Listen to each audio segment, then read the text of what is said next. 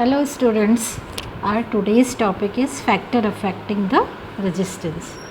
कि जो हमारा एक्सटर्नल रेजिस्टेंस है कंडक्टर का वो किन किन फैक्टर्स पे डिपेंड करता है। So there are 4 factors which the resistance depends.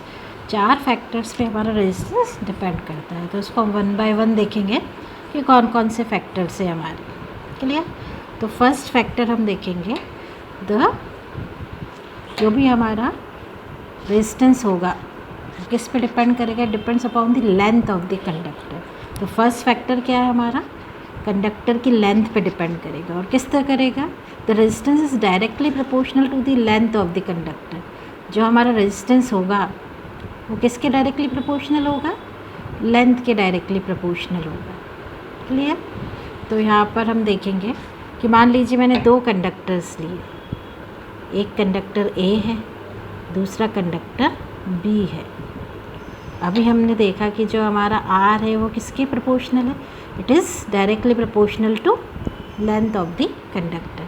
तो यदि मैंने 2 कंडक्टर लिए, एक ए जिसकी लेंथ L1 है, दूसरा कंडक्टर बी जिसकी लेंथ L2 है, तो अभी हमने देखा कि डायरेक्टली प्रोपोर्शनल का मीनिंग हम जानते हैं कि जब एक चीज़ बढ़ेगी तो दूसरी भी बढ़ेगी।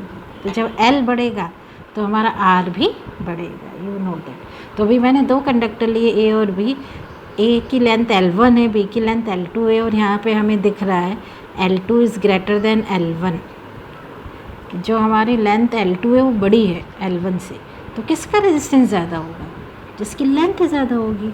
मतलब हम कह सकते हैं कंडक्टर बी का रेजिस्टेंस ए से ज़्यादा होगा। क्लियर? तो किस तरह से डिपेंड कर रहा है हमारा कि यदि लेंथ हम बढ़ाएंगे तो रेजिस्टेंस भी बढ़ेगा।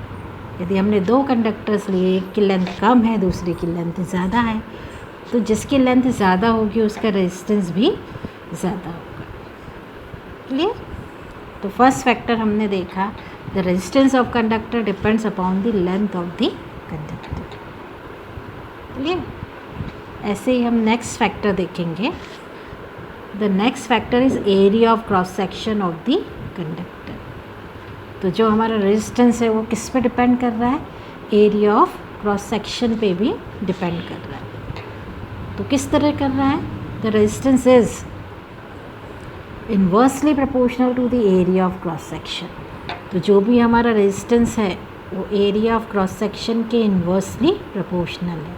तो इन्वर्सली प्रोपोर्शनल का मीनिंग आप जानते हैं, यदि ए कम होगा तो आर ज़्यादा, यदि ए ज़्यादा होगा तो आर कम। तो वह कंडक्टर जिसका एरिया ऑफ क्रॉस सेक्शन कम है तो उसका रेजिस्टेंस ज़्यादा होगा। वह कंडक्टर जिसका एरिया ऑफ क्रॉस सेक्शन कम है तो रेजिस्टेंस ज़्यादा, और एरिया ऑफ क्रॉस सेक्शन ज़्यादा है तो रेजिस्टेंस कम। ऐसे ही जैसे मैंने 2 कंडक्टर ले लिए, एक ए दूसरा बी। अब बी मैंने थिक ले लिया कि मान लीजिए एक थिक कंडक्टर है। तो एक थिक कंडक्टर है, ए का एरिया A1 है, बी का एरिया A2 है, एरिया ऑफ क्रॉस सेक्शन। तो किसका एरिया ऑफ क्रॉस सेक्शन ज़्यादा होगा? मोटे वाले का। थिक वायर का एरिया ऑफ क्रॉस सेक्शन ज़्यादा होगा। तो यहाँ पर हम लिख सकते हैं कि A2 is greater than A1। तो अब जिसका एरिया ऑफ क्रॉस सेक्शन ज़्यादा उसका रेजिस्टेंस कम, जिसका एरिया ऑफ क्रॉस सेक्शन कम उसका रेजिस्टेंस ज़्यादा। तो ए का एरिया ऑफ क्रॉस सेक्शन कम है बी से, तो ए का रेजिस्टेंस ज़्यादा होगा किससे? बी से।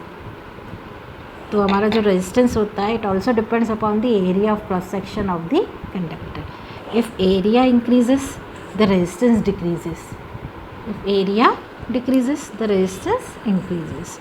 सो फर्स्ट सेकेंड फैक्टर जो हम देख रहे हैं एरिया ऑफ क्रॉस सेक्शन। समझ में आया? Okay. And the next third factor is temperature of the conductor. अब हमारा थर्ड फैक्टर क्या है? कंडक्टर का टेम्परेचर। अब टेम्परेचर पे वो किस तरह डिपेंड करेगा? तो resistance is also directly proportional to the temperature of the conductor. जो हमारा रेजिस्टेंस है वो किसके डायरेक्टली प्रोपोर्शनल है? टेम्परेचर के। टेम्परेचर के डायरेक्टली प्रोपोर्शनल मतलब इसको हम कैसे लिख सकते हैं? The resistance is directly proportional to temperature. ठीक है, यदि हम टेम्परेचर बढ़ाएंगे तो रेजिस्टेंस भी बढ़ेगा। तो डायरेक्टली प्रोपोर्शनल में यदि एक चीज़ बढ़ती है तो दूसरी भी बढ़ती है। तो यदि हम कंडक्टर का टेम्परेचर बढ़ाएं तो उसका रेजिस्टेंस भी बढ़ेगा. If temperature increases then resistance also increases. तो ये हमारा थर्ड फैक्टर हो गया. It depends upon the temperature. Clear. अब लास्ट फैक्टर हमारा fourth factor, the material of the conductor. कि जो भी हमारा रेजिस्टेंस होगा वो मटेरियल पे भी डिपेंड करेगा कंडक्टर के. तो हम जानते हैं different conductors are made up of different material. अलग अलग कंडक्टर्स अलग अलग मटेरियल के बने होते हैं. तो they offer different resistance. If the conductors are made up of different materials so they offer different resistance. तो यदि कंडक्टर अलग अलग मटेरियल के बने होंगे तो वो अलग अलग रेजिस्टेंस ऑफर करेंगे. तो हमारा जो रेजिस्टेंस है वो किस पे डिपेंड कर रहा है? मटेरियल पे. यदि मटेरियल चेंज होगा तो हमारा रेजिस्टेंस भी चेंज होगा. क्लियर. तो अभी हमने 4 फैक्टर्स कौन कौन से देखे.